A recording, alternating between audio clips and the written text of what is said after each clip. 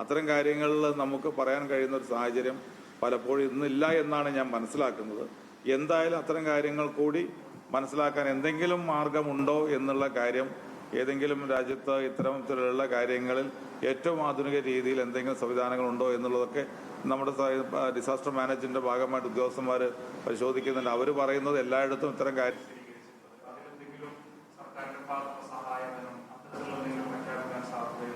തീർച്ചയായിട്ടും കാലവർഷക്കെടുതിയുമായി ബന്ധപ്പെട്ടുണ്ടാകുന്ന മരണങ്ങൾക്ക് ഇപ്പോൾ നിലവിൽ കൊടുത്തുകൊണ്ടിരിക്കുന്ന സഹായങ്ങളുണ്ട്. ആ ധനസഹായങ്ങളൊക്കെ തന്നെ ഇവർക്കും ലഭ്യമാകും.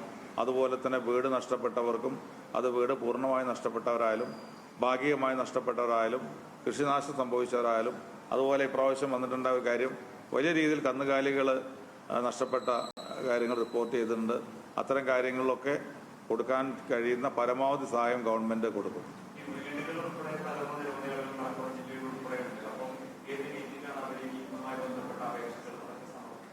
അല്ല, അത് ഞങ്ങൾ അതിനകത്ത് നിലവിൽ സിസ്റ്റം ഉണ്ട്. കാരണം അത്തരം വീട് തകർന്നു കഴിഞ്ഞാൽ വില്ലേജ് ഉദ്യോഗസ്ഥന്മാർ അത്തരം വീടുകളിൽ ചെന്ന് ആ വീട് തകർന്നത് പൂർണ്ണമായിട്ടാണോ തകർന്നത്, ഭാഗികമായിട്ടാണോ തകർന്നത്, അല്ലെങ്കിൽ ഡാമേജ് എത്രയുണ്ട് എന്ന് വിലയിരുത്തി ഗവൺമെന്റിലേക്ക് റിപ്പോർട്ട് നൽകും. കളക്ടർക്ക് റിപ്പോർട്ട് കൊടുക്കും, കളക്ടർ ഗവൺമെന്റിലേക്ക് തരും. അതിന്റെ അടിസ്ഥാനത്തിലായിരിക്കും സഹായം അനുവദിക്കുക.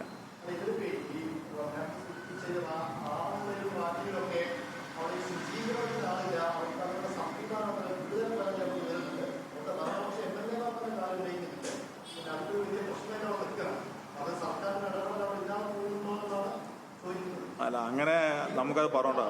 പെട്ടെന്ന് ക്യാമ്പുകൾ നമ്മൾ ക്യാമ്പ് ഒരുക്കാനുള്ള സംവിധാനം എല്ലായിടത്തും ചെയ്തിട്ടുണ്ട്. അതിന് കെട്ടിടങ്ങൾ കണ്ടെത്തി അത്തരം കെട്ടിടങ്ങളിലേക്കാണ് മാറ്റുന്നത്. നേരത്തെ നമ്മൾ ഫിക്സ് ചെയ്തിരുന്നത് ഒരു ഏരിയയിൽ നമുക്ക് ഒരു അപകടം ഉണ്ടായി കഴിഞ്ഞാൽ അത് എവിടെ സ്കൂളിലേക്ക് മാറ്റണം, അല്ലെങ്കിൽ ഒഴിഞ്ഞ കെട്ടിടം ഏതാണ്, ഇതൊക്കെ നമ്മൾ മാർക്ക് ചെയ്തിട്ടുണ്ട്. അപ്പോൾ ഓരോ ഏരിയയിൽ അതുണ്ട്.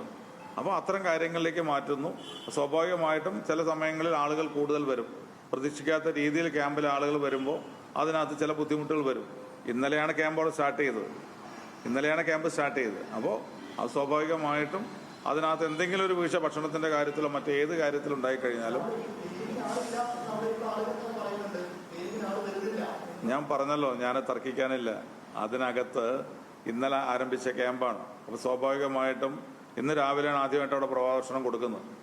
അപ്പോൾ അതിനകത്ത് എന്തെങ്കിലും ഇത്തരത്തിലുള്ള ക്ലീനിങ് കാര്യങ്ങളൊക്കെ എന്തെങ്കിലും വീഴ്ച വന്നിട്ടുണ്ടെങ്കിൽ തീർച്ചയായും അതൊക്കെ പരിഹരിച്ചു കൊടുക്കാൻ കളക്ടർക്ക് നിർദ്ദേശം നൽകിയിട്ടുണ്ട്. അവർ ചെയ്യും. ആദ്യത്തെ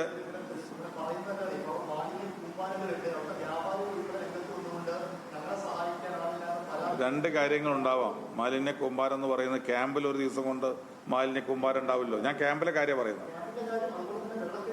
സ്വാഭാവികമാണ്, കറക്റ്റാണ് പറഞ്ഞത്. നമുക്ക് വെള്ളം ഒന്നിച്ച് ടൗണിലൂടെ ഒക്കെ വന്നു കഴിഞ്ഞാൽ ഇന്നലെ രാത്രി വരെ വെള്ളത്തിന്റെ പ്രശ്നത്തിലാണ് നമ്മൾ. ഇന്ന് രാവിലെയോട് കൂടിയാണ്, അതായത് റാന്നിയിലെ വെള്ളം ഇറങ്ങി വരുമ്പോഴാണ് പിന്നീട് ആറന്മുള വെള്ളം കയറുക, പമ്പയുടെ തീരങ്ങളിൽ വെള്ളം കയറുക. അപ്പോൾ ആ വെള്ളം കയറി കഴിഞ്ഞാൽ അവിടെ വെള്ളം ഇറങ്ങുന്നേ ഉള്ളൂ. അപ്പോൾ ഇന്നത്തെ രാവിലത്തോടു കൂടിയാണ് ചെയ്യുന്നത്. അങ്ങനെ വരുമ്പോൾ സ്വാഭാവികമായിട്ടും ഈ വെള്ളത്തിലൂടെ ആ നഗരത്തിലുള്ള മാലിന്യങ്ങൾ, അതുപോലെ തന്നെ വെള്ളത്തിൽ ഒഴുകി വരുന്ന മാലിന്യങ്ങളൊക്കെ ഇത് കരയ്ക്കും പല ഭാഗങ്ങൾ അടിയും. പക്ഷെ ഇന്നാണത്, അത് നീക്കം ചെയ്യാനുള്ള എല്ലാ നടപടികളും ഉണ്ടാവും. അപ്പോൾ അതിനൊരു സമയം വേണ്ടേ? അപ്പോൾ അതുകൊണ്ട് ഇറങ്ങിക്കഴിഞ്ഞാൽ ഉടൻ അത്തരം നടപടിയിലേക്ക് പോകും. ഞാൻ പറയട്ടെ, രക്ഷാപ്രവർത്തനങ്ങൾ, അത് കഴിഞ്ഞിട്ട് ഇത്തരം ക്ലീനിങ് പ്രവർത്തനങ്ങൾ, അതോടൊപ്പം തന്നെ ഈ ദുരന്തങ്ങളിൽ ഉണ്ടായിട്ടുള്ള നാശനഷ്ടങ്ങൾ. ഇനി ഗവൺമെന്റ് സംബന്ധിച്ചിടത്തോളം അത്ര എന്തെല്ലാം നാശനഷ്ടങ്ങളുണ്ട്, കുറേ റിപ്പോർട്ടുകൾ നമുക്ക് വന്നിട്ടുണ്ട്. ഓരോ ജില്ലയിലും വീട് തകർന്നു. പക്ഷെ അതൊന്നും ഒരു ഫൈനലല്ല. അപ്പോൾ ഇന്നും കൂടെ അതുമായി ബന്ധപ്പെട്ട എല്ലാ കണക്കുകളും എടുക്കും.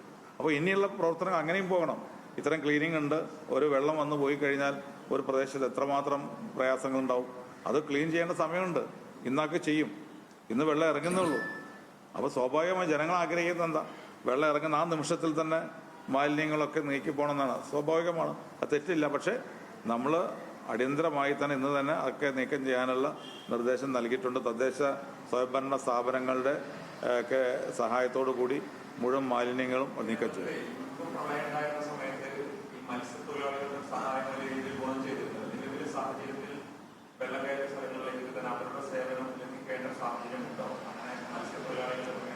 ഇല്ല, നമുക്ക് അവിടെ ഒരു പത്തനംതിട്ട മാത്രമാണ് നമുക്ക് കൊല്ലത്ത് നിന്ന് ബോട്ട് കൊണ്ടുവരേണ്ടി വന്നു. നമ്മൾ ഫയർഫോഴ്സ് ഉപയോഗിക്കുന്ന ബോട്ട് മതിയാവില്ല എന്ന് പറഞ്ഞപ്പോൾ കൊല്ലം നമുക്ക് യാനെന്ന് പറയുന്ന വലിയ ബോട്ട്, മത്സ്യബന്ധനത്തിന് പോകുന്ന ബോട്ട് നമ്മൾ കൊണ്ടുവരേണ്ട സാഹചര്യം മാത്രമേ ഉണ്ടായിരുന്നുള്ളൂ. അത് ബോട്ടും അനുബന്ധമായ ആളുകളും ഇന്നലെ തന്നെ ആവശ്യപ്പെട്ട സമയത്ത് തന്നെ ജില്ലാ കളക്ടർ കൊല്ലം ഇടപെട്ട് ഇങ്ങോട്ട് ബോട്ടുകൾ അയച്ച് അതിൻ്റെതായ സർവീസ് അവിടെ കൊടുത്തിട്ടുണ്ട്. അതിനപ്പുറത്ത് ഒരുപാട് സമയം കുടുങ്ങിക്കിടക്കുകയും അങ്ങനെ അമിതമായ എണ്ണം ആളുകൾ പല വീടുകളിലായിട്ട് കിടക്കുകയും ചെയ്യുന്ന സാഹചര്യം ഉണ്ടായിട്ടില്ല. ആ പ്രദേശത്തുള്ള ആളുകളുടെയും ജനപ്രതിനിധികളും പോലീസും ഫയർഫോഴ്സും ഒക്കെ ഉപയോഗിച്ച് തന്നെ അവരുടെയൊക്കെ സേവനം കൊണ്ട് തന്നെ നീക്കാവുന്ന സാഹചര്യം ഉണ്ടായിരുന്നുള്ളൂ. അപ്പോൾ അതുകൊണ്ട് ആ ഒരു തലത്തിലേക്ക് 2018 പ്രളയത്തിൽ ഉള്ള ഒരു സാഹചര്യം ഉണ്ടായിട്ടില്ല.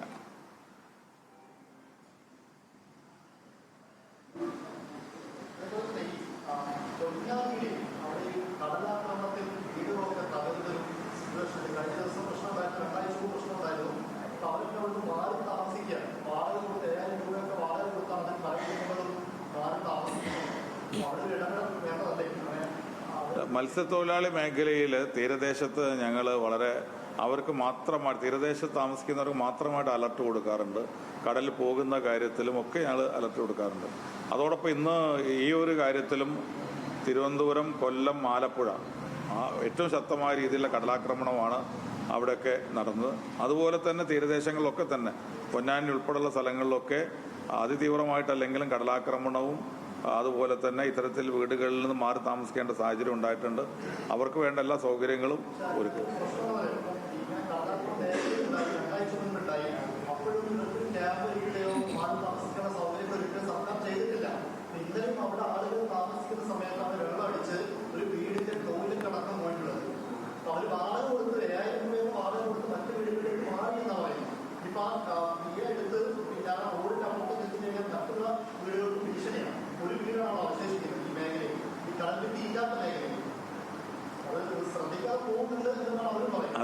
അത് അത്തരം കാര്യങ്ങൾ ഉണ്ടാകുമ്പോൾ നമ്മുടെ ഒരു സംവിധാനം നിങ്ങൾക്കറിയാമല്ലോ. നമ്മുടെയൊക്കെ കേരളത്തിൽ എന്ന് പറഞ്ഞു കഴിഞ്ഞാൽ എല്ലാ കാര്യങ്ങളും ആളുകൾ വളരെ ജാഗ്രതയോട് കൂടി നിൽക്കും. നമ്മുടെയൊക്കെ മണ്ഡലത്തിലായാലും എവിടെയായാലും ഒരു ചെറിയ രീതിയിലുള്ള തകർച്ചയോ എന്തെങ്കിലും ഉണ്ടായിക്കഴിഞ്ഞാൽ മാധ്യമങ്ങൾ ഓടിയെത്തും, ജനപ്രതിനിധികൾ ഓടിയെത്തും, വില്ലേജ് ഓഫീസർ അവിടെ എത്തും. ഏതെങ്കിലും തീരദേശ മേഖലയിൽ അതിന് വീടുകൾ നഷ്ടപ്പെടുന്ന സാഹചര്യം, അവർക്ക് മാറി താമസിക്കേണ്ട സാഹചര്യം ഉണ്ടായിക്കഴിഞ്ഞാൽ അതിനുള്ള എല്ലാ സംവിധാനം ഒരുക്കാൻ എല്ലാ കാലങ്ങളായിട്ടുണ്ട്. അതൊരു സിസ്റ്റമാണ് ഇവിടെ.